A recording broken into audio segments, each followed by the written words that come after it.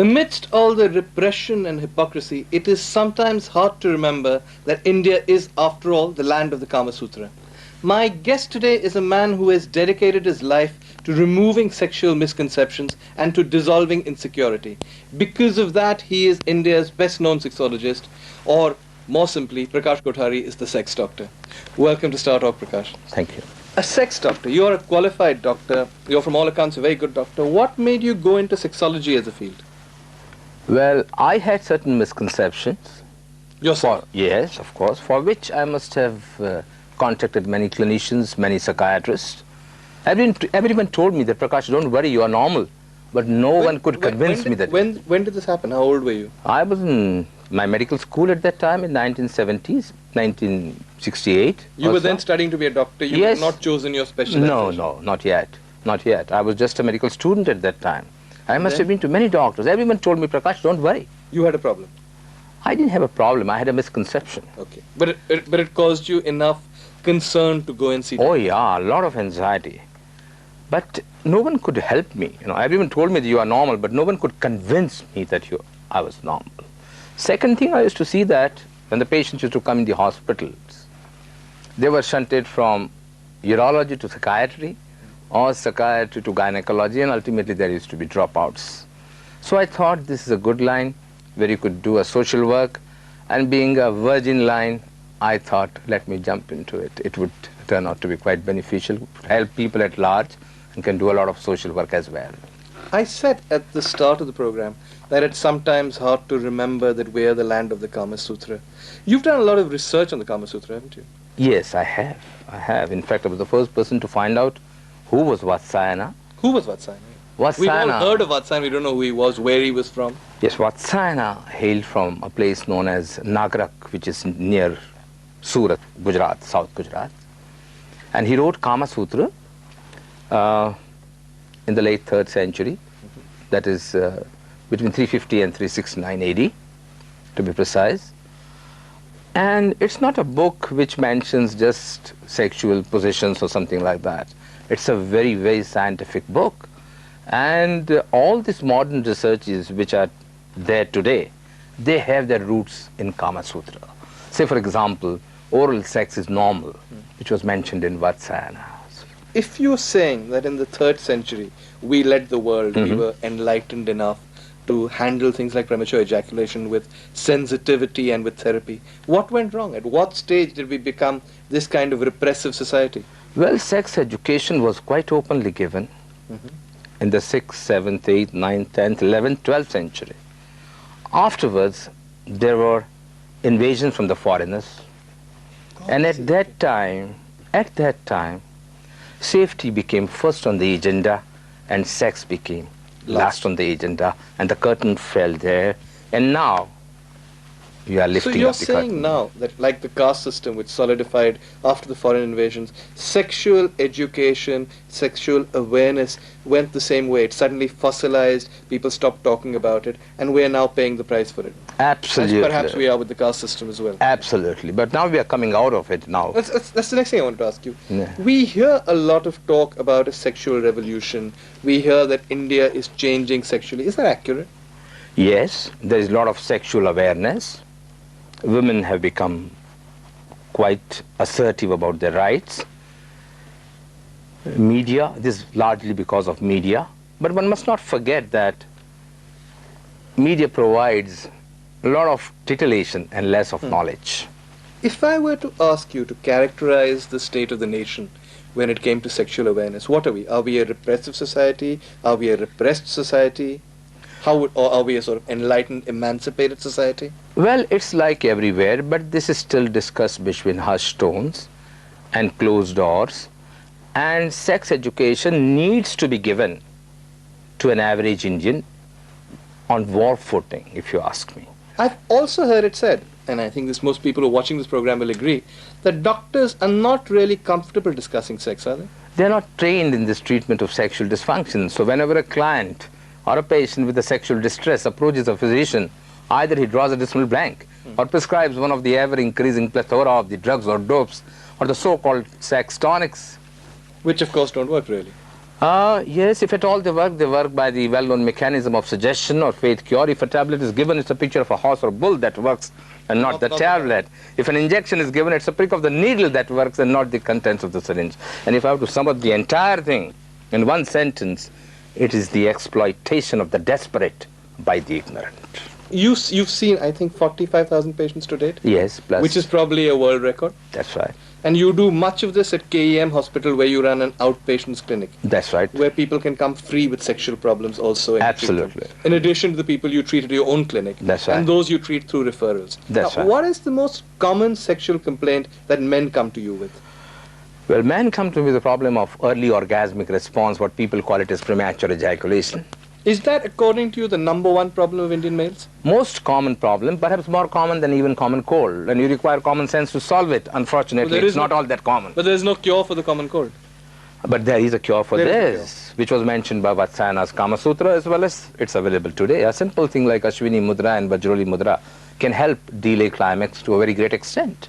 And I advocate this particular thing. Why? Because when the problem can be solved without the drugs, why use the drugs? So what proportion of Indian men have that problem? Very difficult to say, but I would say about, among all sexual problems, this would be the prime problem. But any problem you take up, whether it is situational or constitutional, whether it is early orgasmic response or erectile dysfunction, there is one thing in common. And that is there is tremendous anxiety over a sexual situation. But unlike West, this particular anxiety in our country is born out of myths and misconceptions and misdirections about sex and sexuality. Are there many myths and misconceptions? Absolutely. Okay. We're going to take a short break. When we come back, we'll talk about these myths and we'll talk about these misconceptions. Don't go away. Welcome back. I'm talking to India's leading sexologist, Dr. Prakash Kothari. We ended the last segment by talking about misconceptions. What are the most common misconceptions Indians have about sex? The most common one are myths about masturbation. At the end of my history taking, I invariably ask two questions. What do you attribute your problem to? And is there anything which I have not asked but you would like to tell me? And the answer is either to the previous habit of masturbation, value of semen, penis size, virginity or sex tonics. Okay, let's start with masturbation. Yeah. People believe that masturbation is harmful. Which is a misconception. Masturbation is normal. It's not a disease. It doesn't require any treatment. Masturbation, in fact, the myths about masturbation account for a lot of the sexual frustration in Indian society, don't they? Because people are scared to masturbate and therefore they remain frustrated and repressed. Oh yes, not only that. I have seen even people indulging in rape. Rape? Oh yeah, because they feel that masturbation will lead to acne, insanity, impotence, homosexuality and so on. So if at all they indulge in that, what will happen to their sex life? So in such a situation, they don't masturbate, but their sexual urge is so much that they end up with such situations. Really? Absolutely. And not one, several cases at KEM. You've come across such cases? Oh yes, several cases. What about the myths about size?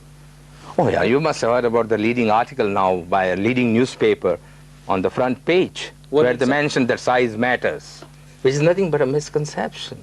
Size doesn't matter at all? Absolutely. And you will agree with me that what's important is strength and not the length. Absolutely. But people don't realize this, do they? Well, media has an important responsibility.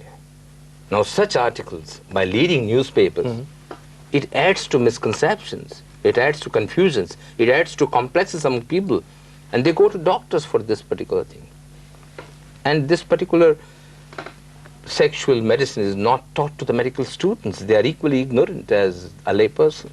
That's very sad. The other thing that I was interested about in the area of myths and misconceptions, we touched on this briefly, is the business of recharges. It's a very fast-growing market in India. Many men believe it works. Does it work? And can it work? It helps. It helps. Yes, it does help. How does it? Explain that. Only to those persons who manufacture it, not the person who takes it. Yes. Does it help the patient at all? No, no. In fact, it breaks the morale of the patient. Why? Why? Because suppose if I give you a pill, okay, that you have a problem, you don't have a problem, and if I give you a pill, it will break your morale. It will induce a feeling in you that there was some defect in you which needed to be overcome. When I can solve the problem without the drug, why should I use it? Are you saying that in your entire career you've not found one case where this kind of medication has worked? Not a single case so far. Really? Absolutely. But so still, again, these doctors are benefiting themselves rather than the patients. Why they exist Because we doctors don't provide competent services. If a patient has got a cardiac problem, we will go to a cardiologist. If he has got a sexual problem, we will not go to a sexologist, because let me admit, we sexologists do not provide good services. You admit that? Absolutely, there are no two doubts about it. But let's move away slightly from medicines to the area of Indian men. One of your most famous quotes is that, let's face it, if I remember correctly, most Indian men treat their wives as sleeping pills. Do you stand by that? I do, because they hardly devote time in the foreplay. And they need to realize that there's always more play in traveling rather than arriving at a station. You see, people do have the most common problem with which the women complain is the painful sexual intercourse. Why? Because they don't devote enough time in the foreplay. How to arouse them? How to arouse them. And poor fellows, some of them don't know that this is important. But aren't Indian women changing? Aren't they more sexually demanding? Now, yes, the pattern is changing because of the media. There is more sexual awareness. They are trying the level best to exert the sexual rights. When I started my department, say about 25 years ago, there were hardly any women for 5 years. And now, women come and tell, Doc, I don't come. Really? Oh, yes. They would come and even say, well, my husband, you treat him properly, doctor, otherwise I'll walk out of the marriage. How are men coping with this? Little difficult now, especially when they have become aware. That's why they resort to drugs. What is the great leveler then in this battle between the sexes? Is it orgasm? Orgasm. That's the key. Which lies between the 2 ears. That's another thing people don't understand, that sex is really a state of mind rather than a physical performance, isn't it? Sexual pleasure is not a performance to be gauged. It's a pleasure, or more correctly, happiness to be shared between two individuals. Sexual education surely would be able to solve those problems. Absolutely. What I mean by education is, education does not mean, sex education does not mean teaching people to know what they do not know, but it means teaching them to behave as they do not behave. If you had a message to people watching this program, people who have insecurities, anxieties, what would that message be? Sexual literacy is very important. Communication is another thing. Avoid stress, smoking and scotch. And whatever is good for the whole body. Stress, smoking, and scotch. So no to 3 S's. No to 3 S's. And yes to 1 S, sex. That's right. All right. That's right. a good note to end this segment on. We'll be back. We'll do more talking with Dr. Prakash Kothari. Don't go away. Welcome back. I'm talking to India's leading sexologist, Dr. Prakash Kothari. Prakash, Yes. I wanted to ask you about deviant behavior, homosexuality, lesbianism. First of all, is it very common in this country? Well, it was there, it is there, and it's bound to be there. So we accept it as a fact of Absolutely. Homosexuality is there, and I wouldn't call it as a deviant sexual behavior. My stand would be, if a homosexual is satisfying his relationship in a positive way, he's better off than not satisfying at all, or being a destructive heterosexual one. Now, there's been some homosexual criticism of you from homosexuals because you've said you can treat homosexuals. Well, if a client comes to me with an intention that I want to get treated, I want to change myself, if it is the act of instinct and not the one of reason, I'll certainly help him out. Can you convert a homosexual to a heterosexual? If he wants to, because I'll tell you sometimes what happens. There are people who feel that once a homosexual, lifelong a homosexual. So if he harbors this misconception and gets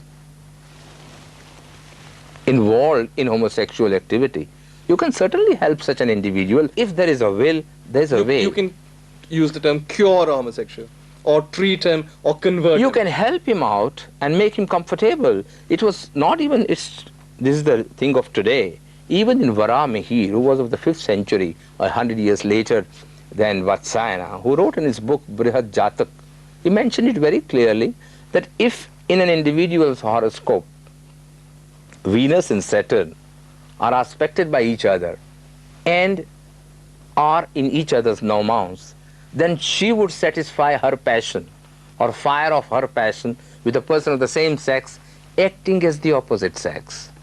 His commentator Rudra Bhatt further mentioned that this rule holds true even for male homosexuals, unquote. What are you saying? You're saying that if you look at the stars, if you look at somebody's horoscope, you can determine whether they'll be homosexual or heterosexual? There are rules laid down by the Indian astrologer, astronomer and Ayurvedic physician who was Varami here, who mentioned this. And it is akin to the latest research of 1999, that is right from birth. That it's genetic. Right from birth, yeah. But that's interesting that you should mention astrology. Is there a link between sex and astrology? Absolutely. There are no two Really? doubts about it. Well, I use it as a directorial science and not a dictatorial science. It's a wonderful science. There are hardly any people you will come across. I'm making an attempt to find out whether it's a true science or not. I've kept 2 astrologers in my office. Really, who work for you? Oh yes, who work for me, and I claim that even from the income tax department also. And then your astrologers tell you what? They're accurate about what they No, whenever I'm stuck with a case where I can't help them, I just take their advice that why I've not been successful. And if is a homosexual or if it's a transsexual or some other deviant sort of behavior is there, I invariably go deeper But it into applies only to homosexuals, or even to heterosexuals you can tell whether there will be problems or whatever in their lives? Well, one can tell. From the planets? From the planets. One can tell if the astrologer is really good. But I'm making an attempt to... I find this extraordinary. You're saying that a good astrologer, by looking at somebody's horoscope, can predict what their sex life is going to be like? I would say yes. Well, this gives I would say yes. This gives it's a new dimension which needs to be explored. It's a whole new dimension to the ancient Indian practice of matching horoscopes before you get married. Oh yes, oh yes. Now we need to match even whether a person is HIV positive or negative. That's the next thing actually I want to talk to you about. Yeah. How serious is AIDS a threat? Oh, it's a great threat. Yeah? Yeah. Because the country like India, the AIDS, I mean, we have got the maximum number of cases in the world today. About 3 to 4 million on record, estimated. And perhaps it would triple by 2000. Is there a way out? What can we do? Well, there are only few ways out. Number one is you have strict monogamous relationship. We'll talk about monogamy later. Second, use a condom. Protected sex? Yes. If used condom properly, if condom is used properly, it's 99.9% safe. And the third would be abstinence. Masturbation. Let's come back to protected sex, we know. Masturbation we talked about. Let's come back to monogamy. Is monogamy actually a natural state of affairs for men? I would say it's a legal state of affairs. That's not the same thing, and you know that. No. A man has to be monogamous. I and you both are monogamous. Sure. But we are polyerotic. What is the difference? Erotism means love, affection, warmth, which need not remain restricted within the domain of marriage. Because a good wife may not be a good friend, and a good friend may not be a good wife. This is all getting too complicated for me. Oh, yeah. You're saying that we are monogamous, but what? What does polyerotic mean? Polyerotic means they may have multiple partners, but unofficially. So what most of us would call polygamous, you're calling polyerotic? Yes, polyerotic. Right. So you're saying, therefore, that polygamy may well be a natural state of affairs for men? Not in the sense of marriage, but in the sense of relationships? Not men. It would depend upon an individual, whether male or female, not necessarily a man. Even for women then? Even for women, why not? So it's a misconception that only men are polyerotic. No, it's a misconception. One of your more famous sayings when you started your career, which I think you've now disowned, is that men give love to get sex. Women give sex to get love. I mean, that's not really true any longer, is it? By and large, for Indian women, it is true. It's true? They are more committed. There are no two doubts about it. And us Indian men, you and I are what? We are, for us, sex can be the climax of love, but love need not be the climax of sex. Are you saying, therefore, that women must be in have sex? By and large, in our Indian culture, that's quite true. And that's not changing? The pattern is changing superficially, but deep down we are the same conservative Indians. If I was to ask you to look ahead to India 10 years from now, where are we going sexually? Well, we'll be able to clear a lot of myths and misconceptions. Okay. Many doctors would be educated. They would take up this as a specialty. I'm sure the quacks will vanish. Good drugs Viagra will come in very fast. Will Viagra come in? I think it has to come. I have seen this drug being used, and I have counseled people who have used this drug in KEM hospital. It would be 500 plus patients. The drug is really effective. It could be of great help. And if Indian companies come out with this, the cost would be just 10 or 20 rupees, which they pay now 500 to 1,000 rupees. People sell off their jewelries. To buy Viagra. Buy Viagra. This sort of things, and it can save many lives. Let me summarize what you've said. You've said that looking at India 10 years from now, you're looking at a society that is more enlightened, where quacks are on their way out, where there's much more sex education, where there are fewer misconceptions, where there is easy availability of drugs, and therefore a much more sexually adjusted society. Most important thing, there is good control for AIDS education. Okay. There's good control for family planning education, so that whatever budget the Harvard graduate or Dr. Manmohan Singh or Mr. Yashwant Sinha gives turns out to be successful. Otherwise, all that budget would be eaten away by AIDS and population explosion. So the key, you're saying, to the next 10 years is not performance but education. Absolutely. Why?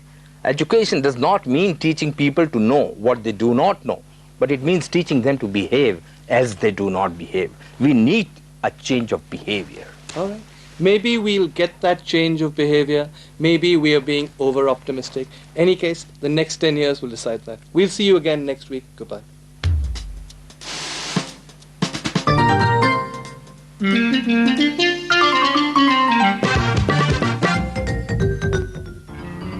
जानी मानी कहानी अब अनजाने अंदाज में देखना न भूलें। कहानी में ट्विस्ट रविवार शाम 7 बजे। और अब पेश है आज की बात।